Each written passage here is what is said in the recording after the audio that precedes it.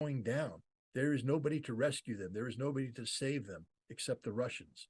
And it's time they turn their fate and their future over to Russia by bringing it into this conflict on terms acceptable to Russia. And if one takes a look at the terms that Russia was putting forward back in 2022, they were extraordinarily fair, extraordinarily fair.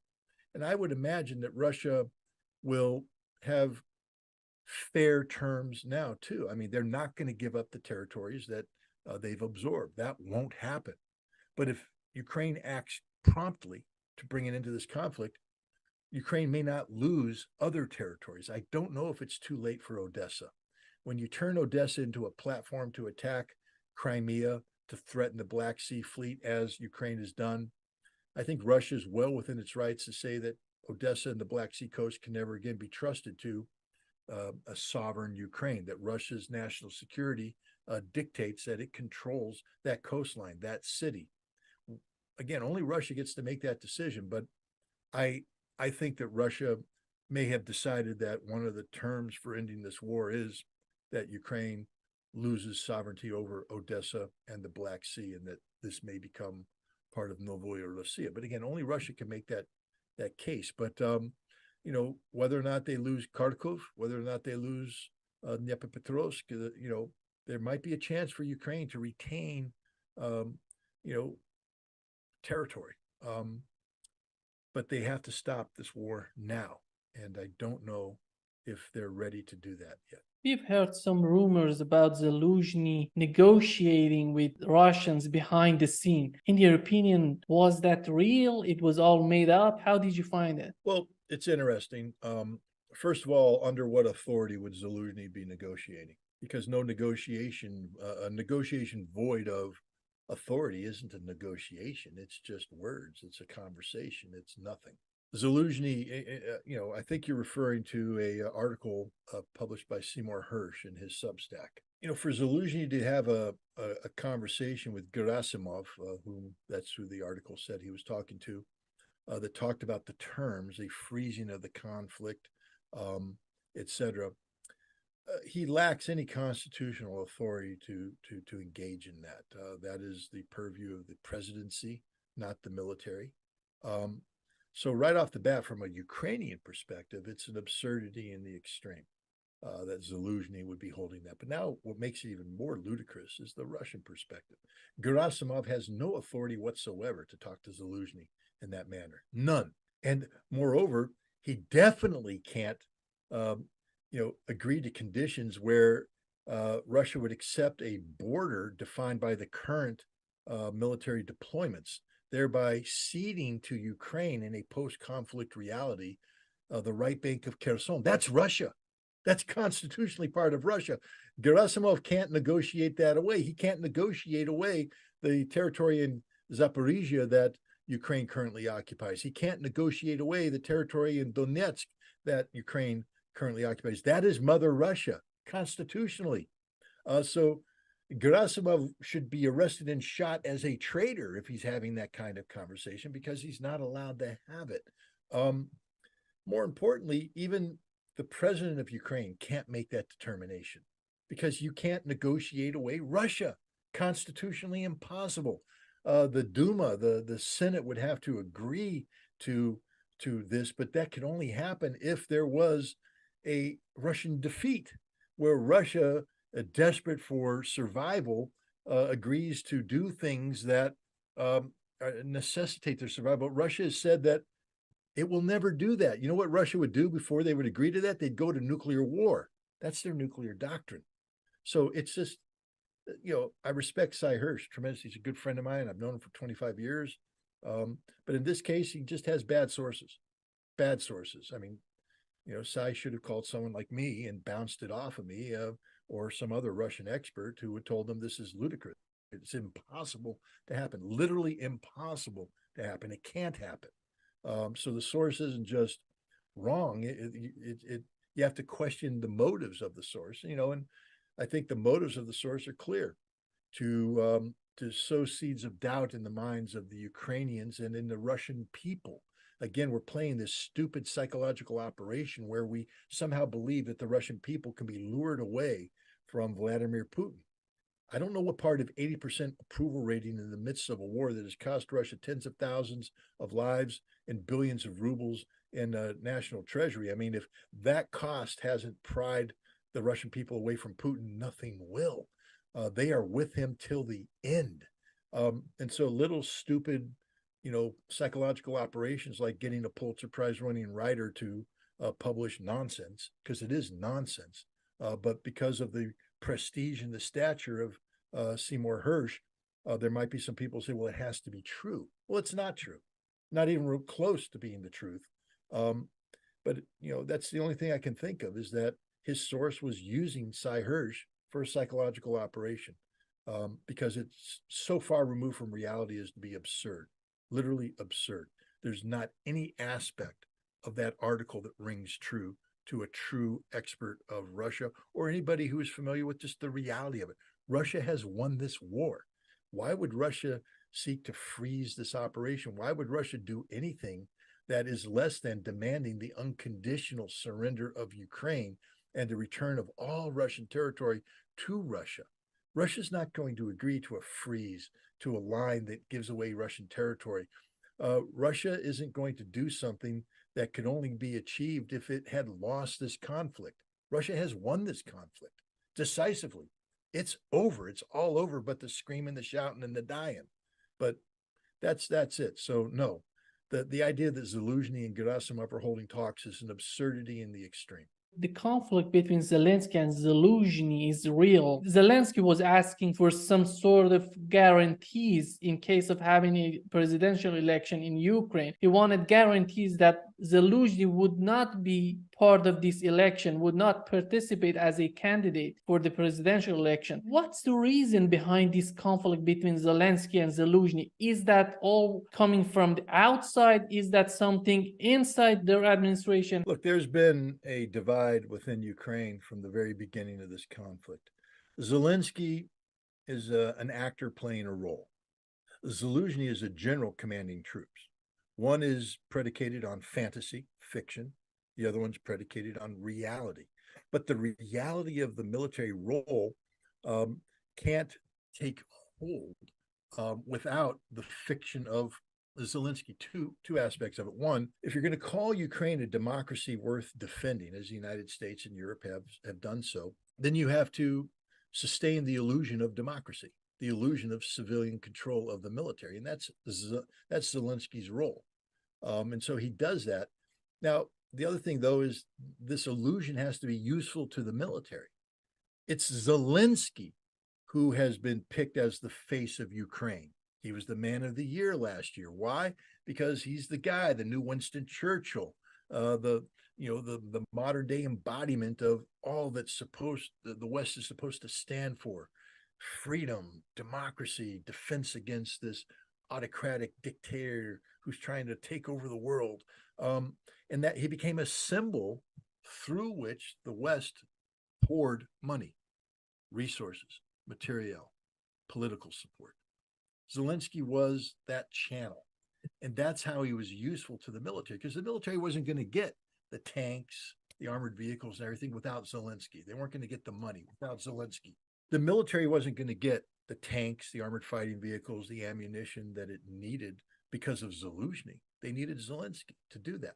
And so Zelensky had a political purpose, and Zelensky's military purpose was to take the resources and achieve some sort of result on the battlefield. But Zelensky knew from the start that this was an unwinnable fight. I mean, but he also knew that his purpose was to be seen as trying as opposed to actually doing. That the job was to appear that to create a military problem for Russia that was unsolvable. So Ukraine was never going to defeat Russia. But if Ukraine could create the perception that Russia would never be able to defeat Ukraine, that this was going to become a perpetual war, then you generate political problems inside Russia, which has always been the goal. It's not about Ukraine defeating Russia militarily. It's about Ukraine creating the perception of Russian weakness. And that Russian weakness, therefore, would be used to bring a divide between the Russian people and Vladimir Putin.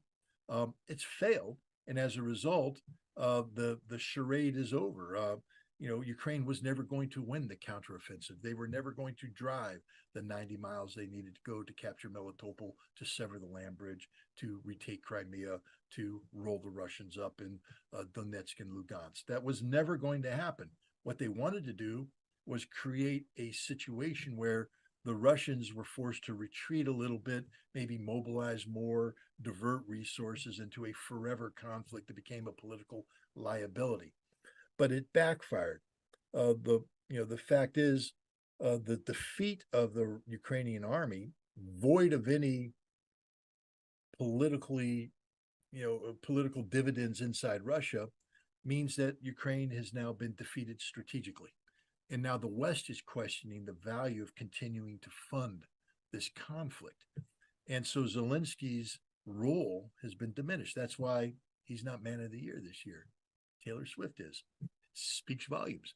And so now if you're Zelensky, you do have a sort of a duty and responsibility to the men and women that you lead. And at some point in time, Zelensky has to say, what you're asking me to do is untenable. I can't sustain it. I can't accomplish it. We need to go over on the defensive. And you saw the split. Zelensky was saying, we're going to attack, attack, attack. Why does he have to say attack, attack, attack after the Ukrainians have suffered a humiliation with the failed counteroffensive? Because only by saying attack, attack, attack can he get the West to give him the munitions that makes him politically viable. This is no longer about achieving a result on the battlefield.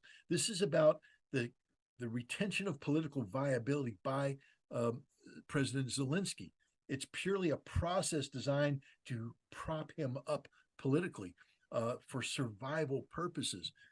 He's willing to sacrifice hundreds of thousands of Ukrainian soldiers so that he can continue to be the president.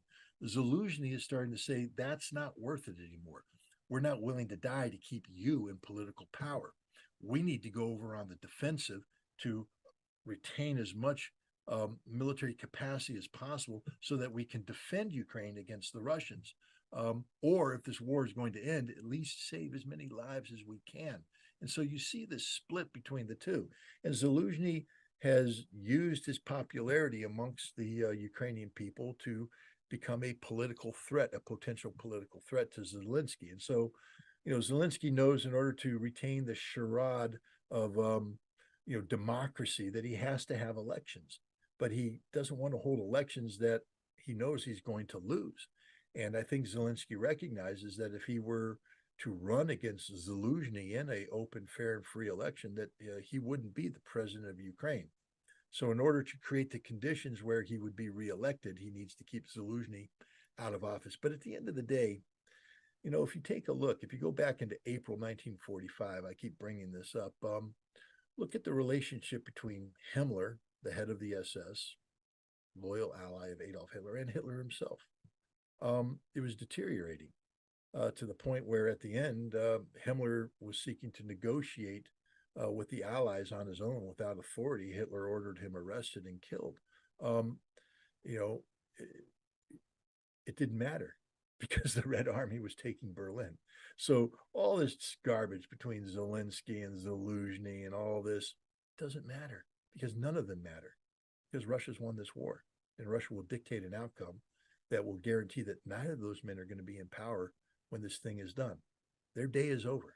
It's finished. One of the areas that the Russian military-industrial complex has advanced a lot was the area of drones. New Lancet that it's called Product 53 and the new uranium. What's the importance of this area for Russians? Well, I think drone warfare has revolutionized modern war. I don't think NATO, the United States, and others have quite figured out just how much the war has changed. Ukraine knows because Ukraine is on the receiving end, and Ukraine is using drones very effectively too.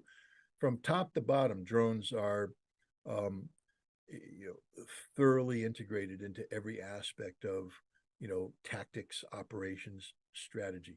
The two drones you mentioned, the Geranium 2, it's been upgraded with a jet engine, quieter. It uses composite material. It's painted black, which means that It can be employed at nighttime, and it's being employed very effectively. The Lancet Project 56 is takes a very successful drone system, the Lancet, which has since the beginning of the war proven its worth. But they've increased the range. It now can operate at night as well as day. But here's the big thing: it operates as a swarm of drones. The Lancet no longer is a single piece of munition fired, controlled, and brought in individually. It can now be fired dozens at a time. That in a fire and forget mode, where they're fired into a region, they coordinate with each other, they share intelligence, they distinguish their own targets, and then they all go in and hit separate targets, saturating a battle space with this the capability. These are game-changing technologies. To fight the new Geranium-2, which doesn't cost that much to produce, Ukraine is going to have to activate air defense radars, which are going to be detected by the Russians. They're going to have to fire air defense systems, and one Patriot missile or one Iris-T missile or one any modern system that the Ukrainians have cost hundreds of thousands, if not millions of dollars per copy, whereas the Geranium-2 is tens of thousands of dollars. So right off the bat, Russia is bleeding the Ukrainians dry from a fiscal standpoint and from a capability standpoint, forcing them to use assets against a cheaper system, which if they don't shoot down, will hit the target it's going after with devastating results. So they have to shoot it down. In doing so, they expose these systems to newer systems coming in that can destroy these and go in through the gap created to hit strategic targets. It changes warfare, absolutely changes warfare. But where it's really where it gets really interesting is what's being done at the tactical level. These quadcopters that they're using are not only collecting tactical intelligence, but they're being used to devastating effect to drop grenades, and more recently as what they call first-person kamikaze drones, FPV, first-person view, meaning that there's a camera on the front and the drone operator is guiding the drone into a bunker, onto a tank, onto artillery. And there are swarms of these drones operating throughout the theater, inflicting tremendous harm on the Ukrainians. They also use them to resupply. So as troops advance forward, they use drones to bring in ammunition resupply, to bring in food, to bring in medical supplies, to forces that are otherwise would have been exposed, isolated, and subjected to being defeated. It's revolutionized war. As units maneuver, they now have drone units that maneuver with them to use these drones as fire support. So drones are being incorporated into the formal fire support planning of a Russian attack or a Ukrainian attack. They defensively, they have to have anti-drone capabilities, these guns, these jammers that are being used. It's transformed the battlefield. And at this point in time, the Russian dominance is so absolute that the Ukrainians are paralyzed. They can't move lest they be detected and killed by drones. The Russians have so many drones now that they're using them against individual Ukrainian soldiers. It's a game-changing technology, and it's playing a big role in why Russia is winning this war, and it's I think exposing fatal weaknesses in the West because we aren't prepared to fight this kind of war yet. The other area of tremendous impact is the electronic warfare. Is Russia winning in this battle between the West, between NATO and Russia? Well, first of all, we have to recognize this is one of the more sensitive areas, very classified. The Russians don't like to talk about it too much, so you can't claim to have absolute knowledge. What we know is a couple things. One, that the Ukrainians have acknowledged that the Russians are dominating the electronic warfare aspects of this conflict. They are preventing the Ukrainians from communicating effectively. That's a major thing, jamming. But they're also all the technology that we've given Ukraine, the HIMARS, the ATACMS, JDAM satellite guided bombs, the Storm Shadow and Scalp missiles from Germany and in England. They're all being jammed very effectively by the Russians. The Ukrainians can't employ JDAM bombs anymore because the Russians just jam the signal and the bomb goes stupid. The majority of HIMARS are likewise jammed and made stupid by Russian electronic warfare. Even in the sphere of intelligence, surveillance, and reconnaissance, where NATO and the United States have been providing, very effective support to the Ukrainians. One of the reasons why the Ukrainians have achieved what they have on the battlefield is because of this intelligence support provided real time to Ukrainian units that can deliver artillery or deliver drones or deliver other supporting fires. But Russia, isn't sitting there just saying, okay, well, it is what it is.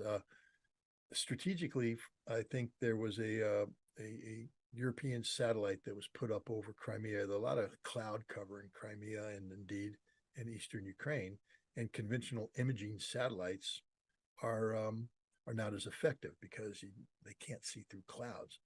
Radar imaging can see through clouds, and the status of radar imaging today in terms of quality is such that it can discern items. I think that I'm not going to say what the number is, but there's a classified number of what the resolution is, and it's pretty good. And so radar imaging has certain effectiveness, and the United States is not prone to share its radar imaging technology with the West.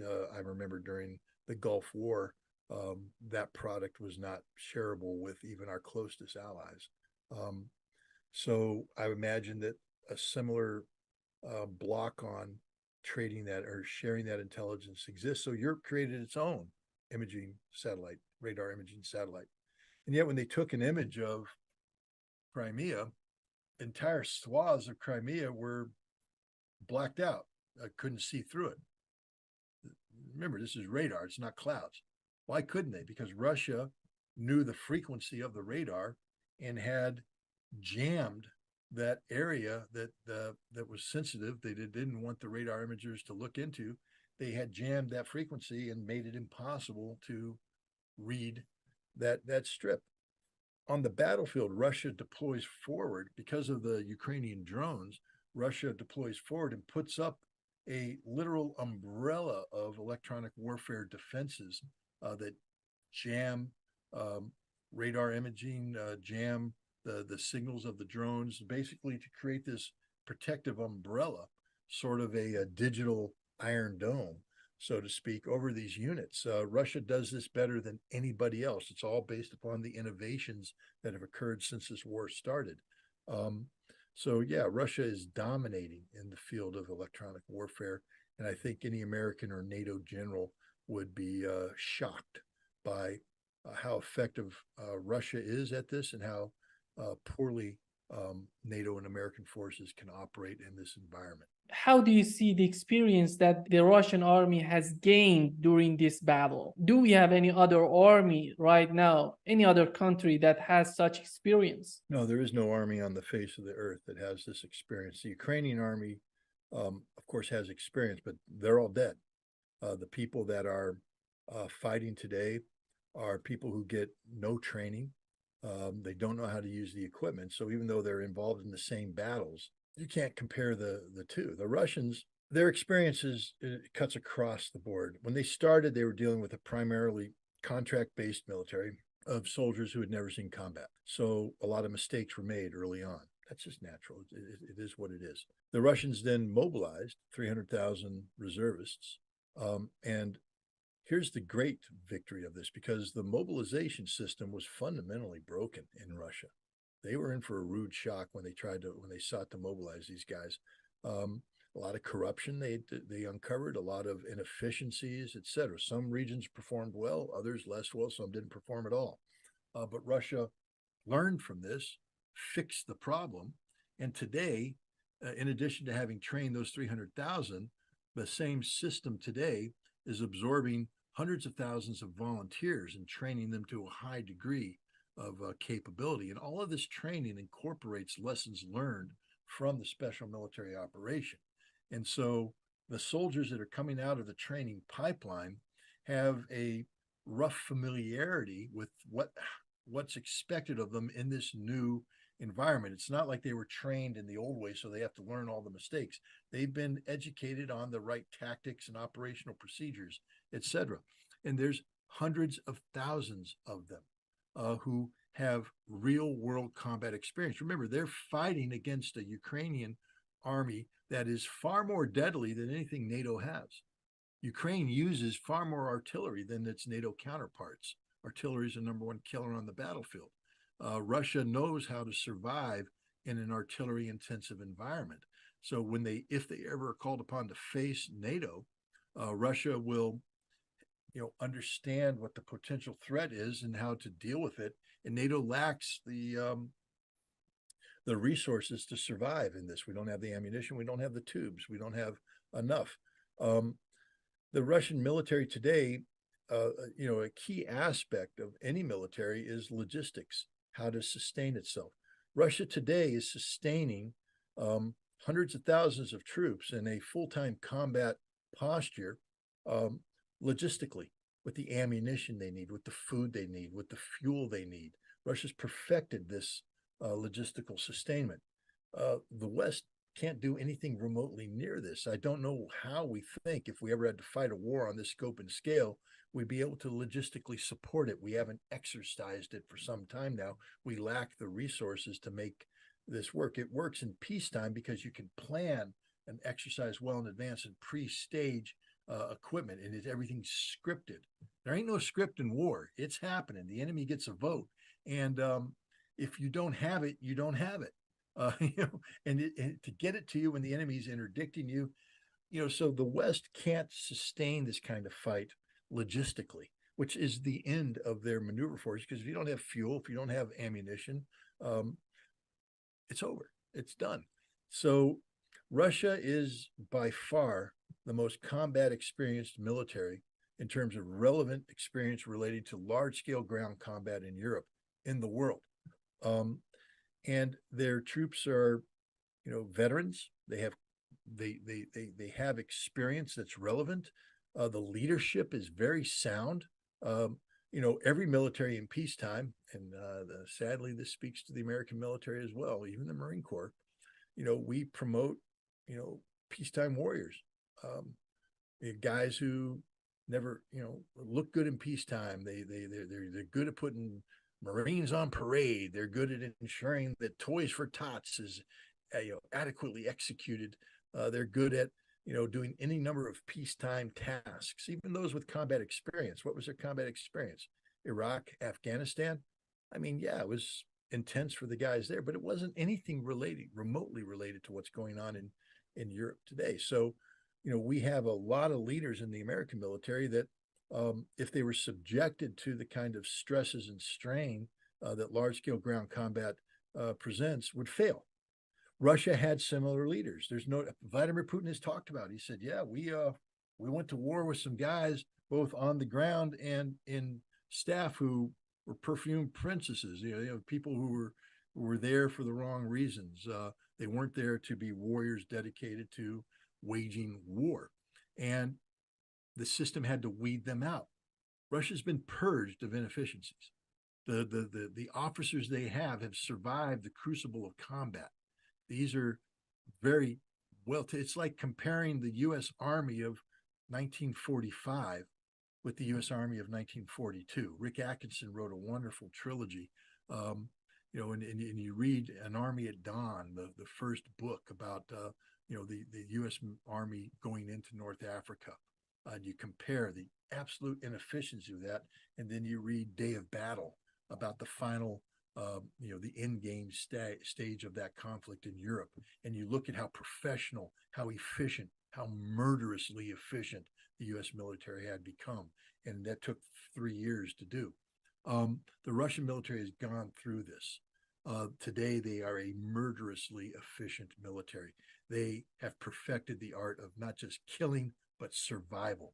And you combine those two and you have something that is invincible when going up against a military that has no relevant combat experience. And all of NATO, including the United States, fits that definition. When it comes to the conflict in Gaza and the war in Ukraine, the special military operation, how do you see the contrast? Anything in the war in Ukraine that the Israelis could have learned before going in Gaza? Ukraine is large-scale ground combat, a different kind of war, but there are some lessons. And I come at this question from this perspective.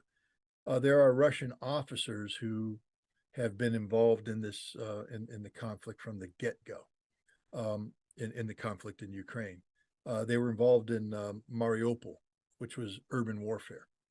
And they have taken a look at the Israeli tactics, and they've said, you guys would get slaughtered if you fought the Ukrainians. The Israeli Defense Force would be slaughtered. They'd lose everybody because their tactics are just stupid in terms of large-scale ground combat. But the Israelis aren't fighting a conventional military force. They're fighting an unconventional military force. But, you know, their tactics are stupid, not because they're the wrong tactics, they are, but because they're being executed by a military not trained properly to execute them. The IDF is very sloppy, very sloppy. The concept of security is non-existent. Hamas is able to pop up, destroy tanks, kill Israeli soldiers. Armor is going forward unsupported by infantry because the infantry is scared. The Israelis are not a very good military. They're competent to a degree against an enemy like Hamas. But if they fight Hezbollah, and again, the expansion of this conflict that draws in Hezbollah will outclass them every way. Hezbollah has been preparing for this war. Israel's not ready for this war. Their troops are not motivated. There will be slaughtered if they go to war against Hezbollah. The only thing Israel has is an air force. Let's put it this way. If you took the Israeli air force out of the equation in Gaza, Hamas would kill every single Israeli soldier there. That's the truth, because the Israelis just aren't that good. Is the Netanyahu administration looking for capturing Gaza in totality? The humanitarian pause was a defeat for Netanyahu. Remember, the Netanyahu government said there will be no ceasefire, and they aren't going to trade, exchange prisoners for hostages, that they're there to defeat Hamas, defeat them politically, militarily, and they were unable to do that. And the implementation of the Dahiyat doctrine, this collective punishment, and you combine that with, again, we have to deal with another reality here. What Israel knew about Hamas in Gaza is no longer at play. Hamas, when they attacked on October 7th, captured the computer servers containing the Israeli intelligence about their assets inside Gaza. So Israel went blind in terms of human resources. They attacked the Unit A200 signals intelligence platforms. Israel went blind in terms of intercepting communications. So what Israel thought they knew about Gaza changed overnight. When they went in on October 7th, 8th, 9th, and thereafter, they're going in blind. They have to start all over. And how does Israel do this? Through an over-reliance of artificial intelligence. They have a targeting algorithm that they've developed where they've linked each house in Gaza to a specific outcome for Hamas. It doesn't mean that they're going to achieve it, but if you hit this house, this is what it does to Hamas. And they also know that this is how many civilian casualties will be accrued. So there is no, this is collateral damage. We had no idea so many people would die. This is deliberate murder based upon target. It's called the gospel. I think the Jewish term is hasbara or something of that nature. That's in play today. This is mass murder, genocide by the Israeli government against the Palestinian people. And it failed. And so it failed on a number of fronts. It failed in regards to Hamas, but because it failed so egregiously, the Netanyahu government was under pressure from a domestic audience saying, hey, you're not succeeding We need our relatives freed. We need the hostages released. The entire world reacted to this collective punishment, this indiscriminate bombing, with horror. Millions of people in the streets. The United States State Department, filed a memorandum, internal memorandum, a dissent memorandum, saying the policies of the Biden administration are destroying the credibility and viability of America abroad. And so we started putting pressure. So Netanyahu had to agree to a ceasefire. He didn't want to. This was a political disaster for him. And so he was looking for any excuse to get out of the ceasefire. He found it. They're now back at war. He can't afford to have a second ceasefire. That would be the end of him politically. But he's failing militarily. As we speak, the Netanyahu government is being, the IDF, is being defeated in certain areas of Gaza. They've had to retreat from certain areas in Gaza because of the casualties they've taken. This is hugely demoralizing for their military. So Netanyahu is in his government are in a very dire straits in terms of their domestic political reality. There's nothing they can do to change the fact that Netanyahu's political days are over. He is the problem, not the solution. He will be removed from power, either from pressure from the United States or pressure from domestic, or both. But we need to stop talking about what Israel wants right now. Israel doesn't want anything. Netanyahu wants everything. He needs to be removed, and a new, more legitimate Israeli government in place that speaks on behalf of the majority of the Israeli population, then can speak about what they want. They may not change their policies. Who knows? But I think, real politic will set in, and the Israelis are going to have to make adjustments. Economically, they cannot sustain this fight indefinitely. With hundreds of thousands of reservists mobilized who are no longer participating in the economy, with tens of thousands of Israeli citizens displaced from not only around Gaza, but in the north, forced to be resettled, no jobs. They're living off of the support provided by the Israeli government. The economy is faltering. Hundreds of thousands of Israeli Jews are fleeing Israel for more stable locations.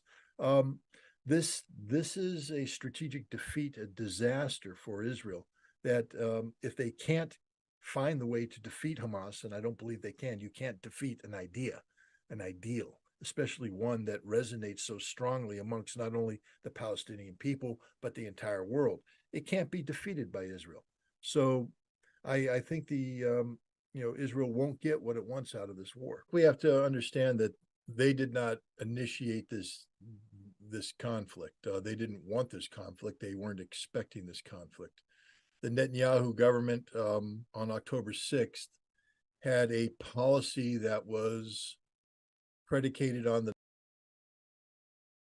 All right, so you don't have the sleep in to look forward to, but on the other hand, theoretically, at least, you should have more energy than you do on Friday night. Is that a fair assessment?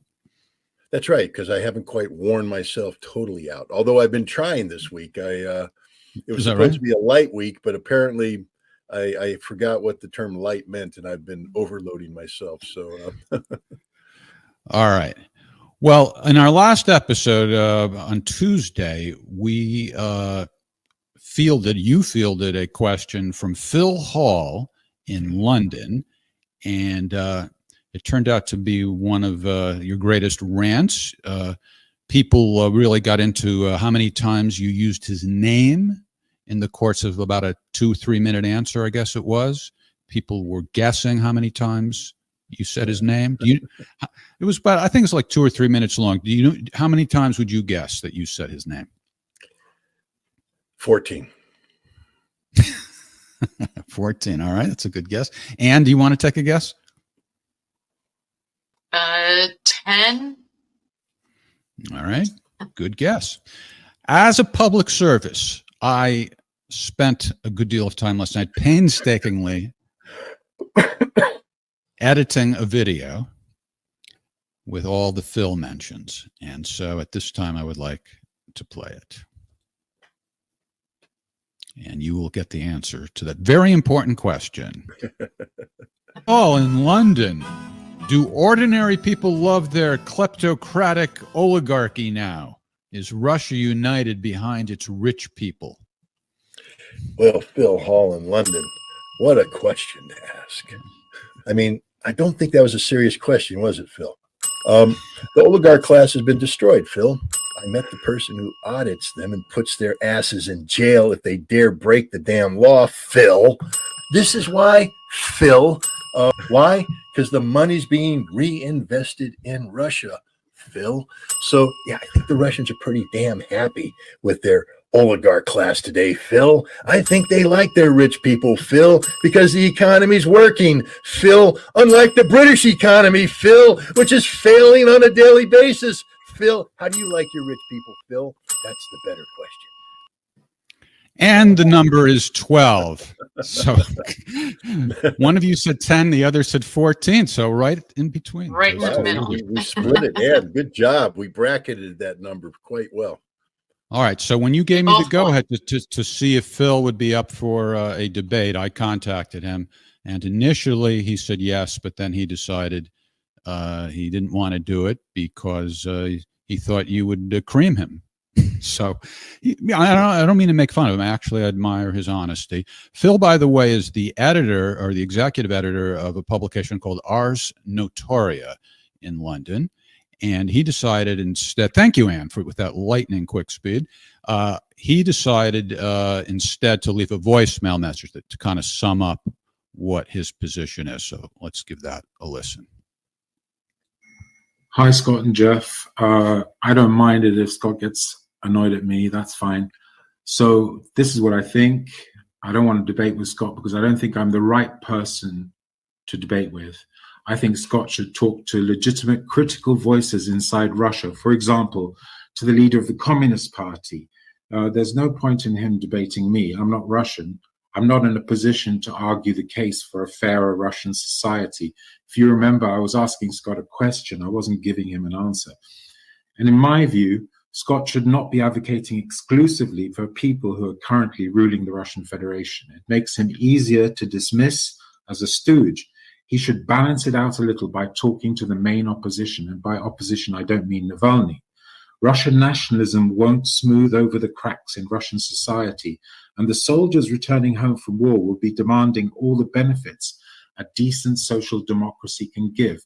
I think Scott should invite onto your show the leader of the official opposition in Russia, the Communist Party, to talk about the tragedy of the 90s and discuss the progress made since then and the future of Russia in a multipolar world. Thank you very much. I'm a fan of the show. Well, thank you, Phil. Does Phil have a point? I think anytime you think that one side has exclusive, control of the truth or has all the answers, you're wrong. You should always be asking questions. You should always be open to other points of view. And of course, there's an opposition in Russia, and of course, it should be heard and it should be considered. And I concede to Phil that that's important. But I also think that Phil probably needs to concede that I have spent a lot of time in Russia talking to a lot of different people from who possess different perspectives.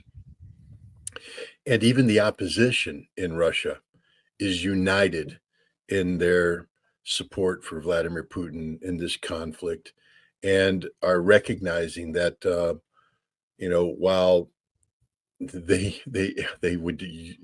everybody yearns for power and return to power, that Putin's done a pretty damn good job in taking Russia from the 90s. I have spent a lot of time. I was there in the late 80s and in 1990. I saw the beginning of the collapse. My family has relatives who lived through the 90s. We're intimately familiar with the reality they faced. I have friends who worked there in the 90s and are cognizant of what that reality was. I worked with many Russians during the 1990s, government officials, etc., and again am cognizant of what the 1990s were.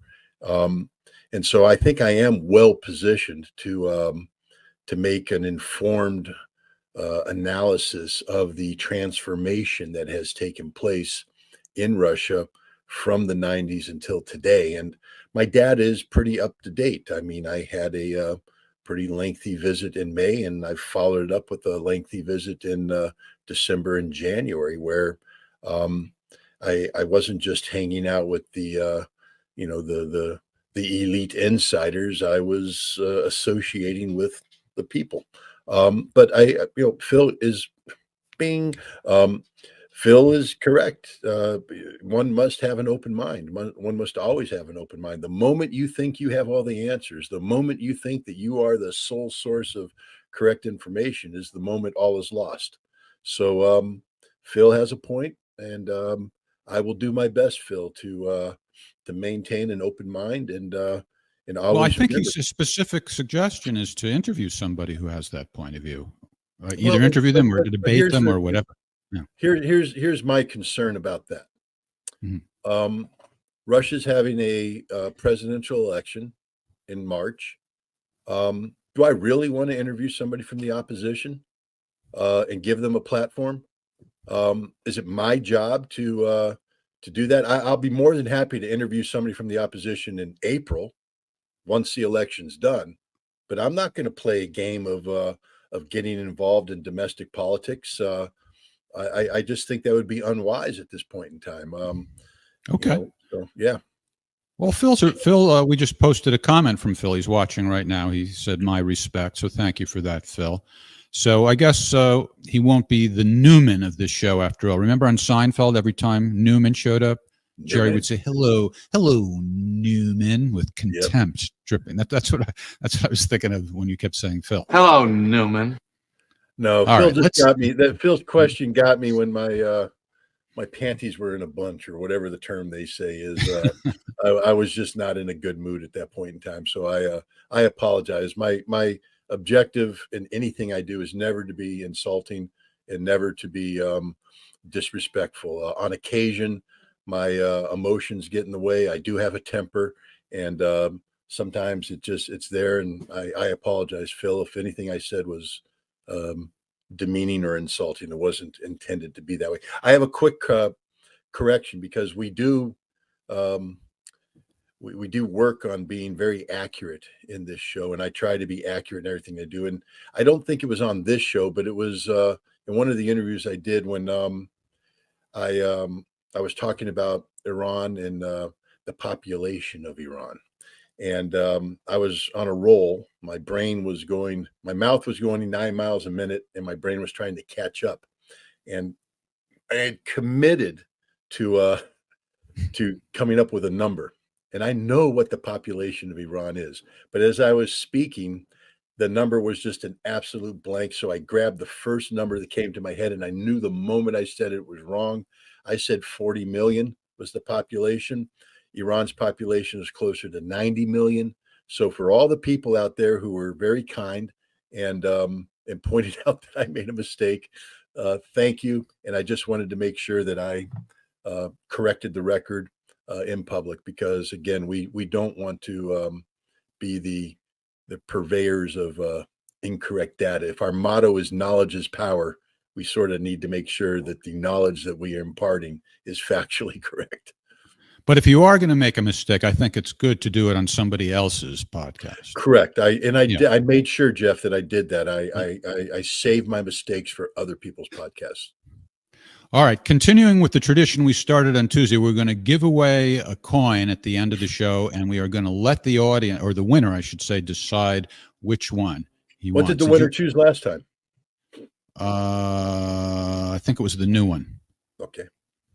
I'll check later to give you a definitive answer on that. So this is the one from May, the older one that we have for sale at scottrittermerch.com. The original, the OG. The original, the OG of coins, exactly.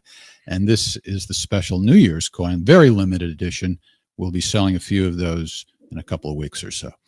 All right. So if you want to enter the drawing, type in hashtag coin in the live chat only, not the comments after the show, live chat only. All right, let's go to the questions from our beloved audience. The first one is from the Cheap Shot, Levy in the United States. Any thoughts on the $1,000 Ukrainian drone, which sank a $1 billion Russian flagship today? Those drones are pretty efficient, aren't they? Well, that is a cheap shot, Levy, because A, your facts are just sort of flawed. There was a swarm of sea drones that targeted a Russian corvette. The corvette is an older ship. It most definitely is not the flagship of the Black Sea Fleet. And I think 6 or 8 of them attacked. Most of them were destroyed, but a couple got through and sank the ship. I think the ship, the cost of the ship is actually closer to $40 million in that area. The drones, of course, are a fraction of that cost. And, from a cost efficiency standpoint, it is what it is. But it also indicates that war is hell and that the Ukrainians are a lethal opponent, and that, Russia can't let its guard down. I always remind people that the bloodiest month of World War II for American troops in fighting Nazi Germany wasn't June, D-Day, going across the beach at Normandy. It wasn't December, the Battle of the Bulge, big battles, big casualties. It was April 1945 when the war was over. Everybody knew Germany had been defeated. There was no hope. We lost more people that month because the Germans were desperate. The Germans fought back with ferocity. They were fighting for their homeland. It was desperate acts, and we paid the price. Russia's won this war. There's no doubt. Ukraine can't change the trajectory that the events are on right now. But that doesn't mean that Ukraine can't win tactical victories. And Ukraine just had a tactical victory. They used a new weapon that people are still adapting to. I would hope that the U.S. Navy is looking at this and understanding that if the Houthi or the Iranians perfect this technology, that we're in a lot of trouble. I mean, it's this is a very effective weapon. It's been used to attack the Crimea Bridge. It's been used to attack other ships, and now it had success against an older Russian corvette. It's tragic for the Russians. They, there apparently were. It's a crew of 56. I saw a note. Somebody said around 40 were on board. I don't know. And they went down. My understanding is that search and rescue operations were initiated, and I don't think they found anybody. So who knows? I don't know of the official report. But at the end of the day, this changes nothing. It's a blip on the radar screen. It's a momentary PR victory for Ukraine, but it doesn't change the fact that on the battlefield in Ukraine today, Russia is on the offensive, virtually on the entire length of the line of connectivity, and the Russians are winning. And Ukraine's losing 20 to 30,000 men a month. Russia's gaining 20 to 30,000 men a month. So that correlation of forces and just basic military math means that Ukraine's on a downward trajectory, Russia's on an upward trajectory, and that's just the way it's going to continue to go. And what about in the bigger picture, Scott? Is it fair to say that just in terms of how wars are fought nowadays, that drone warfare is a game changer? Oh, it's 100%. I had a very, very interesting conversation with a very prominent, I guess several prominent Russian commanders, and we were talking about the revolution in warfare that's taken place in Ukraine today, and drones change everything. They've redefined the battlefield. Let's look at it from the Ukrainian perspective. They've run out of artillery ammunition. They just don't have the ammunition they need. There's specific. We have 155 millimeter ammunition, but there's specific calibers, and gosh, I can't remember if it's 52 or 56. I think it's 52, and then there's 36. But the 52 is the longer range artillery rounds. They're out of that ammunition, and that puts them at a distinct disadvantage to the Russians. And so, what the Ukrainians are doing is they're turning to these suicide drones, these the FPV, first person view drones. If you watch Telegram channels, you'll see the picture of the camera coming in, zooming in on the target and hitting the target and blowing it up. And the Ukrainians have basically replaced artillery in certain parts of the battlefield with these FPV drones, which they're just saturating the front lines, and they're, they pick off vehicles, they pick off artillery, they pick off men. It's a problem, and the Iranian or the Ukrainians are doing it, but the Russians are doing it as well. And the Russians are doing it in a very systemic fashion. They have more drones, they have more different varieties, and the integration of drones into the Russian scheme of operations is done in a very disciplined, systemic way. The guy I talked to, who runs a major section of the battlefield, said that, it used to be that drones were a supporting arm, meaning that you would use traditional approaches in the battlefield, fire support plan with artillery, air support. Then you'd maneuver in with your armor supported by infantry. And then drones would factor in as a supporting element of the operation.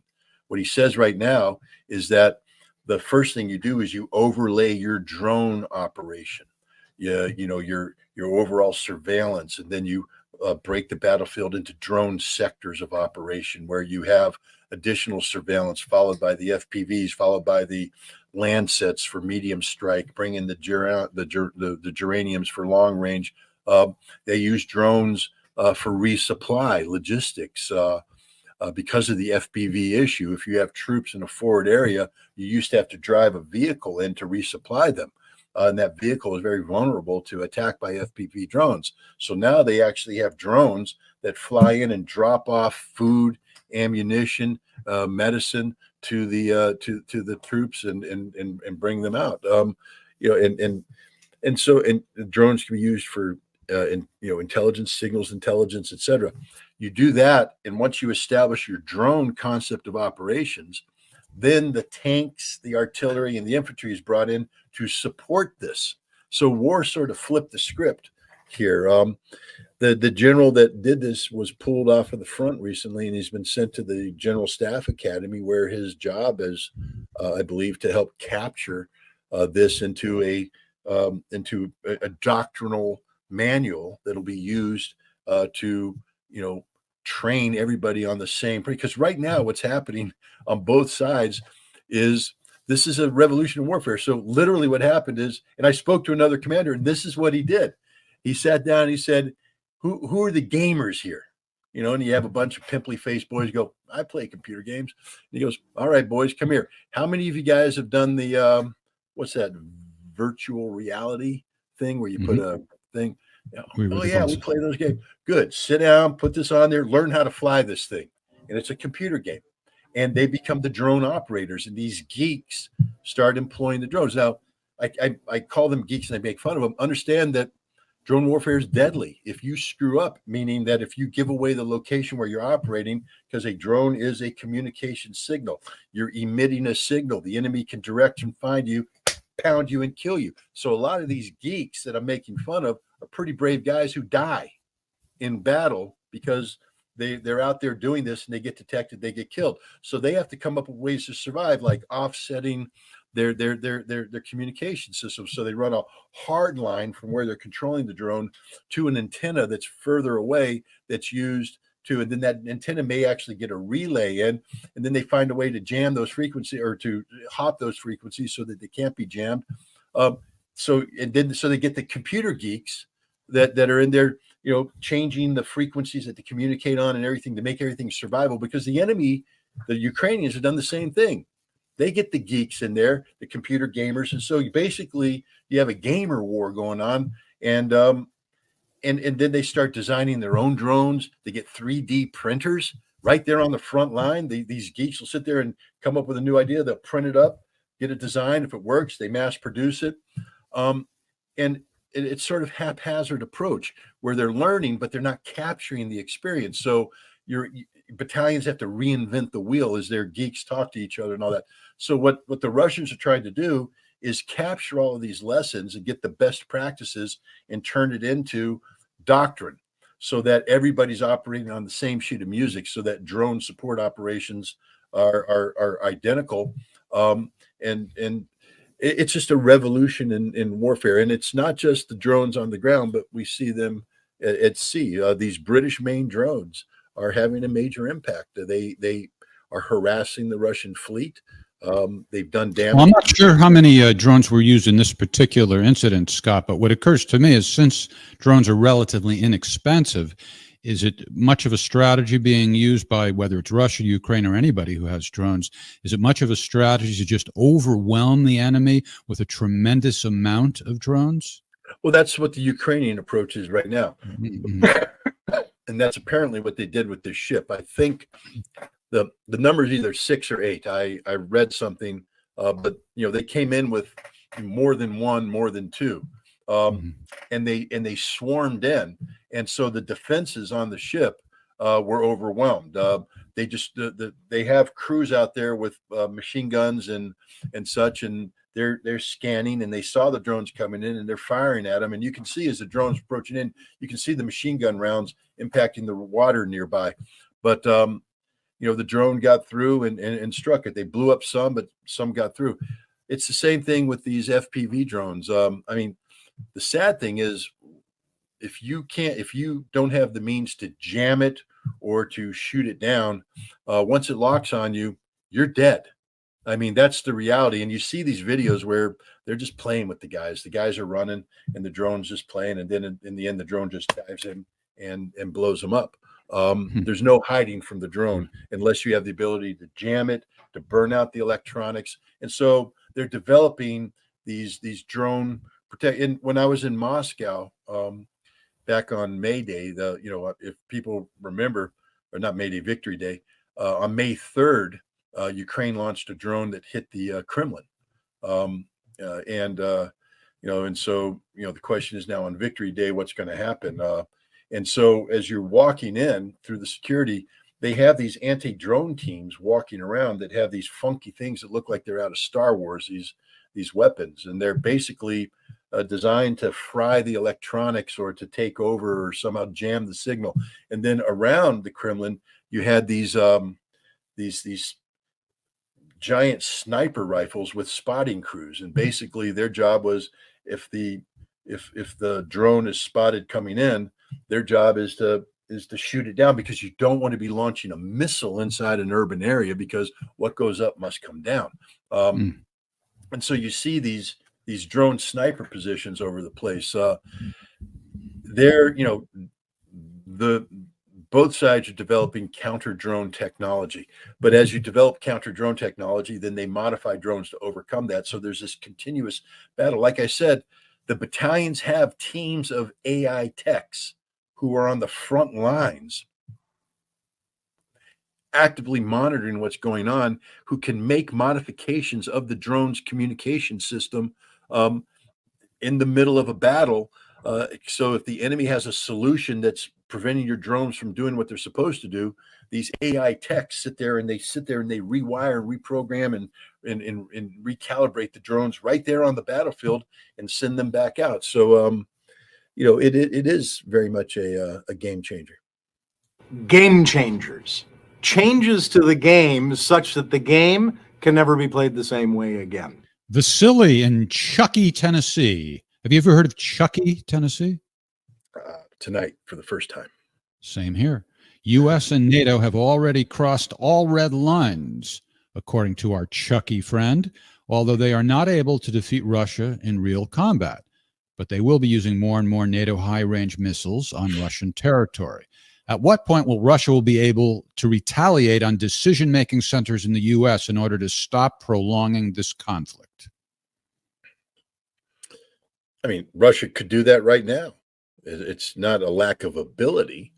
It's that Russia isn't going to play that game. Russia's won this war.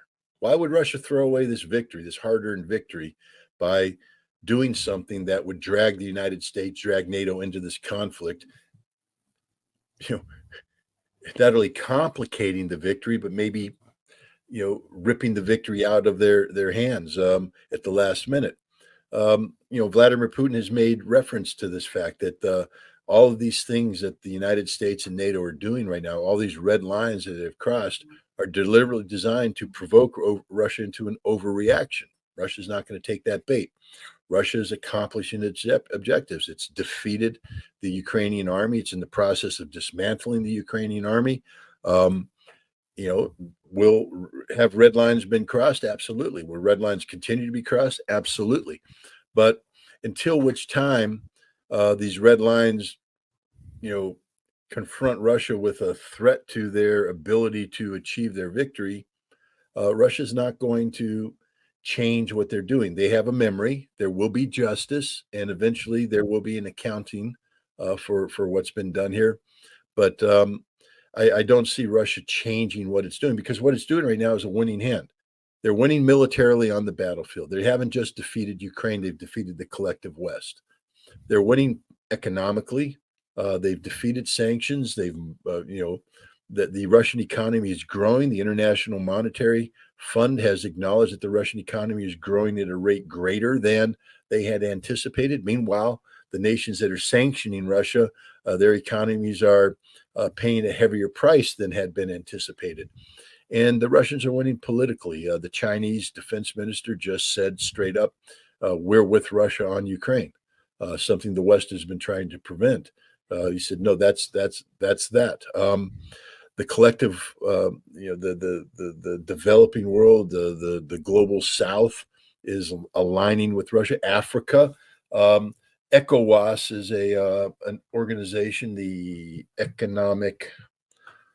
ECOWAS, West African States, the Economic Cooperation Organization of West African States, created in 1975, I believe, basically by France, Britain, and Portugal, the three nations that had owned the colonies that now comprise ECOWAS, as a means of controlling their colonies in a post-colonial African reality.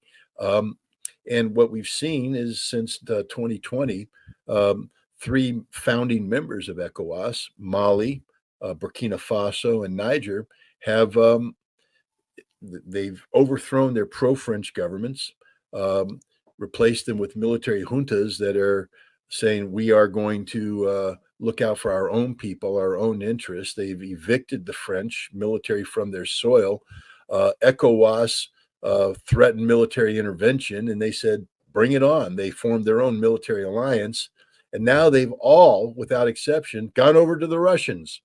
And so the Russians now are the big players in Africa.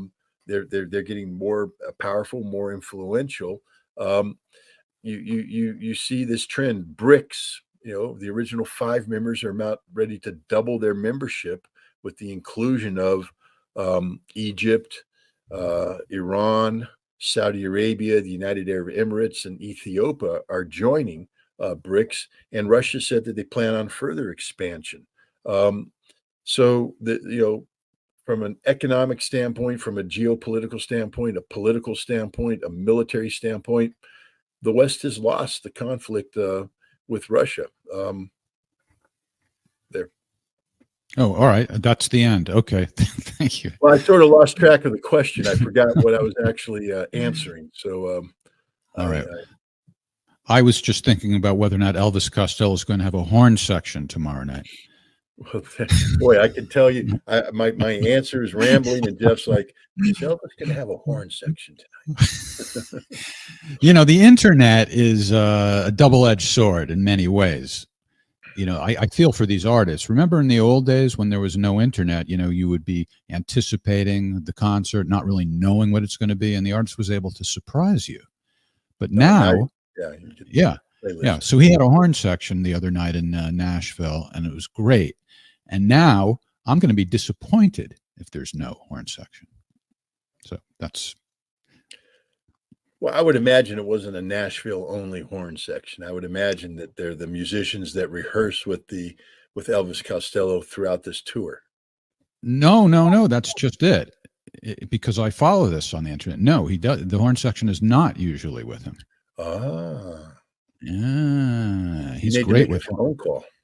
Well, or I'll just show up and find. But see, if I didn't have this in my head, I'd enjoy it without the horn section. Now I'll be disappointed if they don't show. Look how great he is with the horns. I'll show it to you. Assassination Squad, where I will be on the evening of March 18th. I'm joking. Yes, I did, and I thought about that, and then I said to myself, "But you do speaking engagements." I know. I'm joking. Okay.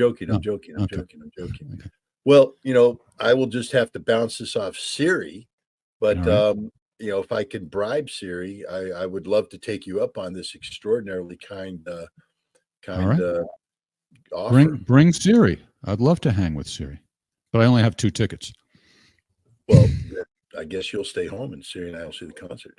Well, we could do something. We could do something else. So, on the same trip. Besides that, I don't think Siri is not the greatest Bob Dylan fan in the world.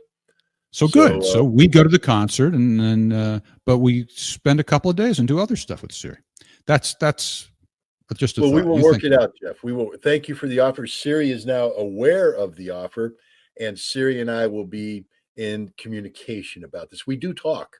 We live in the same house, and we actually communicate on occasion. So I we'll do it. Thank you, Jeff. I would like to guarantee that I could be there, but out of respect to Siri, I have to actually go through her first. But I'm letting her know that my inclination. I understand.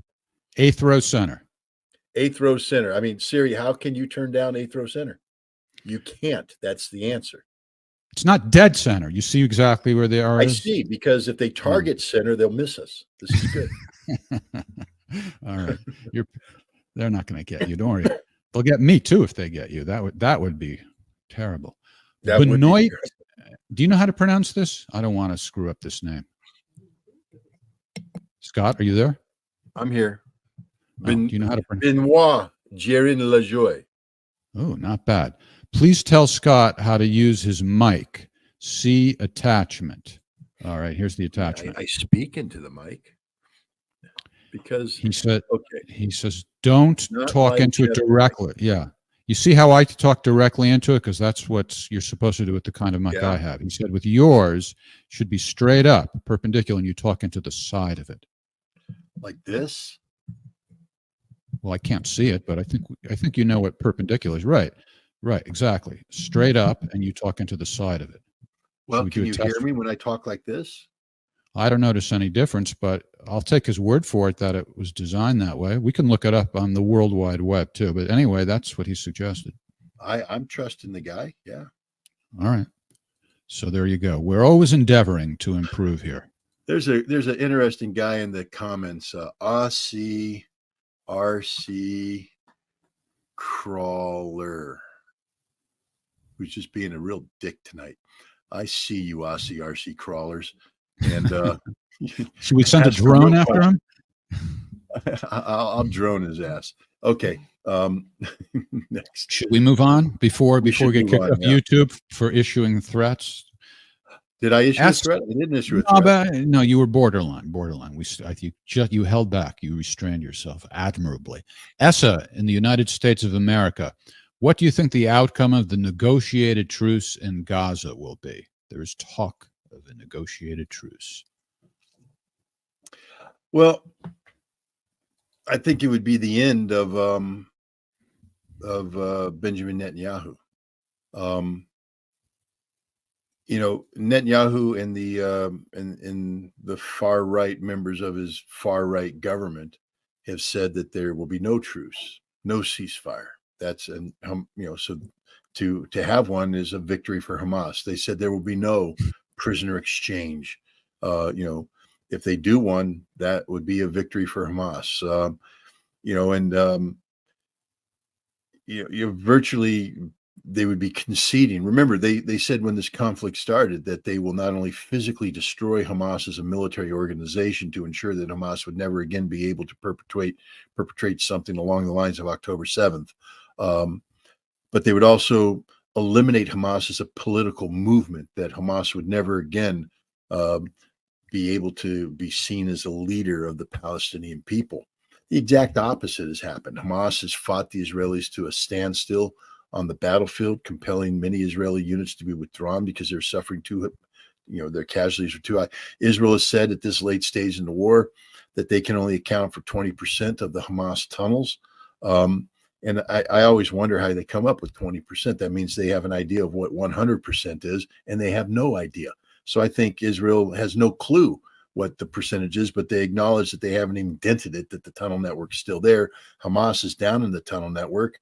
Hamas senior leadership is still intact. And if there were elections today, Hamas would win the vast majority of the votes, not only in Gaza, but in all of the West Bank. Hamas would be the president and control the legislative body of the Gazan population.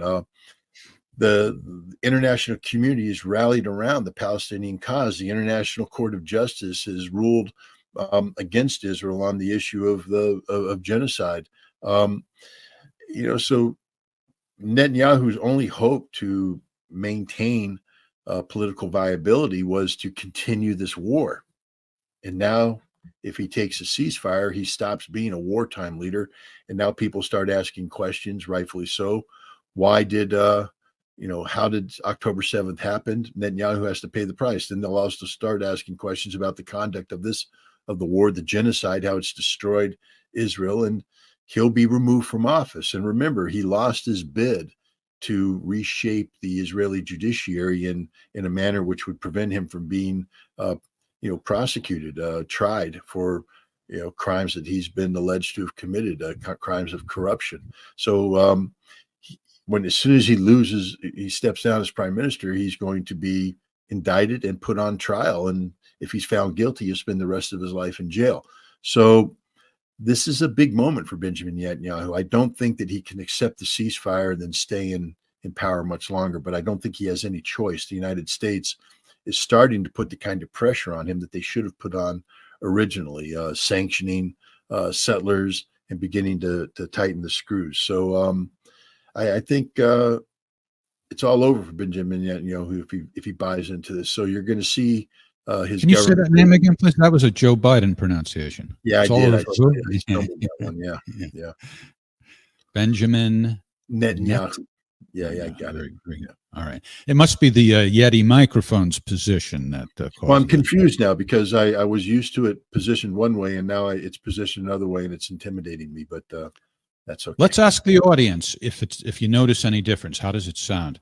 Now, the Elvis music was a little too loud, so I brought it down, and then I noticed Scott's sound was too low, so I brought it up. So the other question I have for the audience, and Ann, if you could get any comments on this, are Scott and I at about the same volume? That's one question, and the other is, notice any difference since he changed his mic? Hamad in London.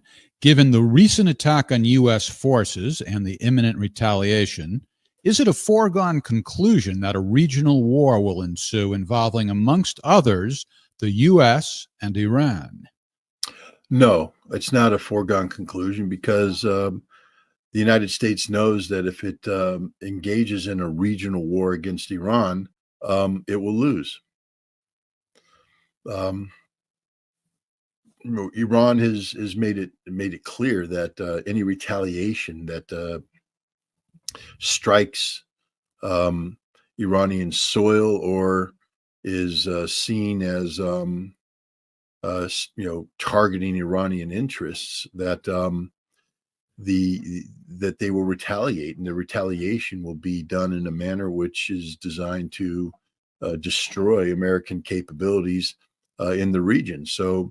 And Biden knows this. He understands this. The Pentagon has informed them of this reality. So I think the last thing that the United States and Iran want is a general war between the two powers. So I think you're going to see them dancing around that issue, and hopefully the conflict in Gaza gets resolved before a mistake is made. And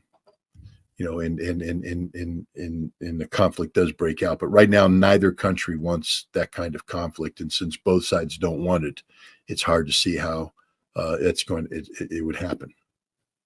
On Tuesday, I mentioned that you've been warning about the insanity of attacking Iran for years, and I mentioned, I think it was in 2006, when you were with Seymour Hersh in New York, the old "pick your city" rant, and I dug it up out of mothballs. Let's take a look. Scott is consistent, if nothing else. This is from 2006. We use nuclear weapons. The genie ain't going back in the bottle until an American city is taken out by an Islamic weapon in retaliation. So tell me, you want to go to war with Iran? Pick your city. Pick your city. Tell me which one you want gone. Seattle, LA, Boston, New York, Miami. Pick one, because at least one's going. And that's something we should all think about before we march down this path of insanity that George Bush has us headed on.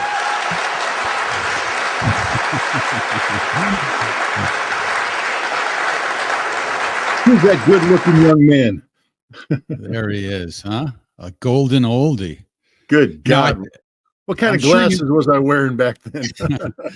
That's of course what you hone in on, the physical appearance.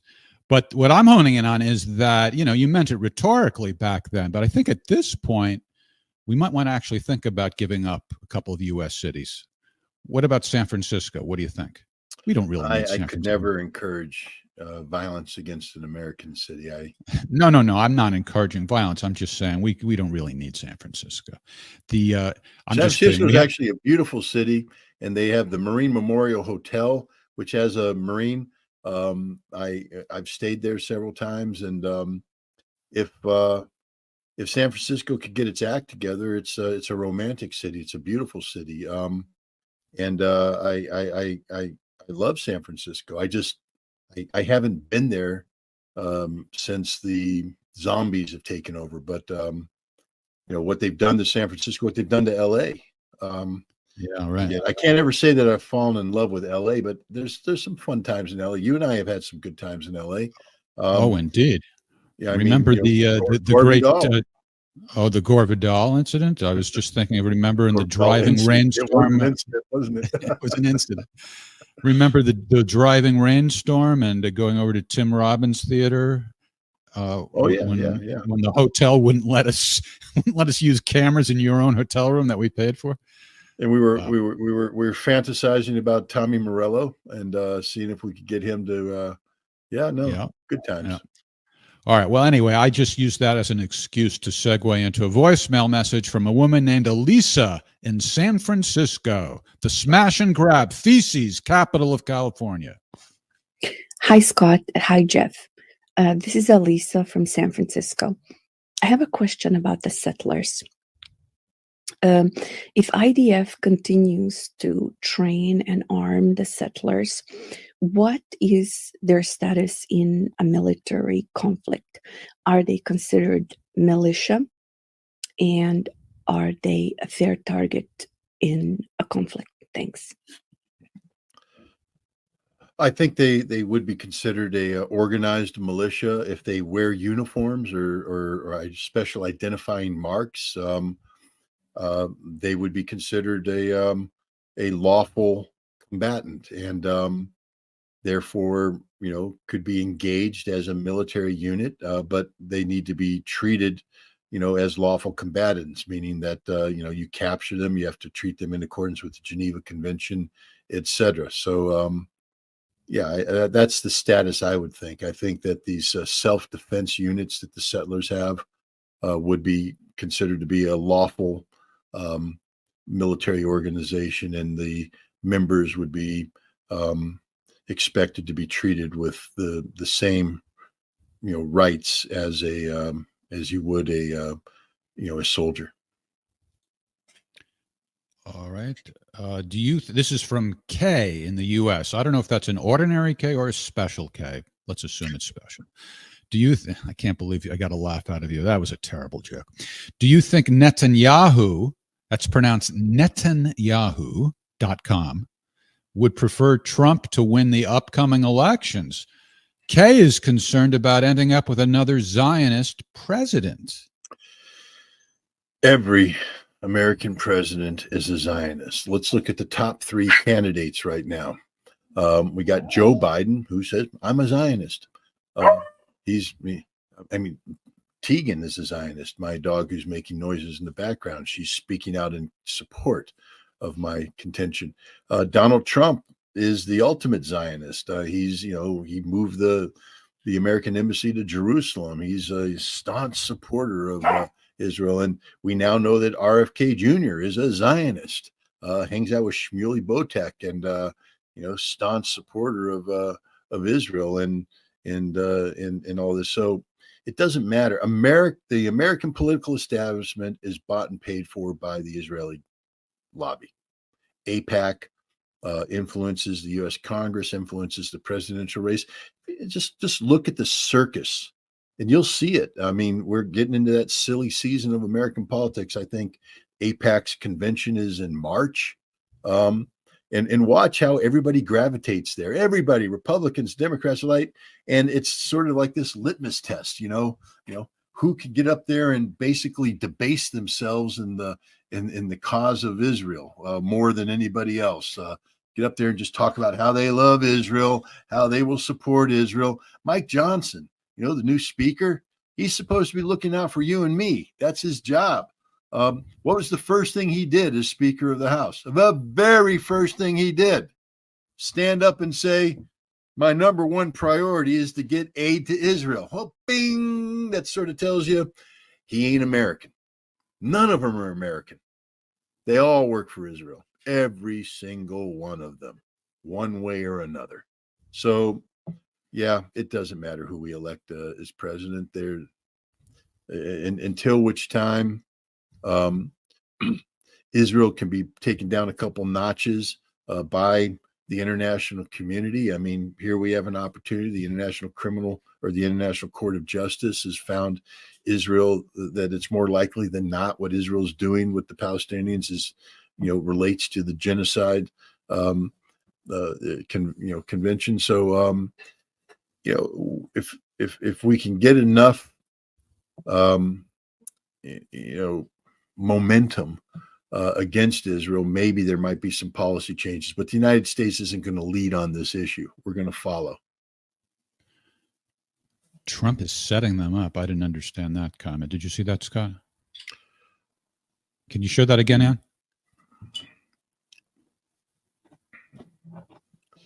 Yeah, I mean, that's fanciful thinking. He is a Zionist. Every American politician is a Zionist. Now, but when you say Congress is bought and paid for, I get that, but that doesn't quite explain how it connects to Trump. Is that his genuine belief, or you think he is doing it because that's what he thinks he needs to do politically? Look, Trump has been involved in New York City politics and New York politics for a long time, and he knows the role that the Jewish lobby plays in everything. And so he's been playing that game forever. He knows the game. He knows exactly the game.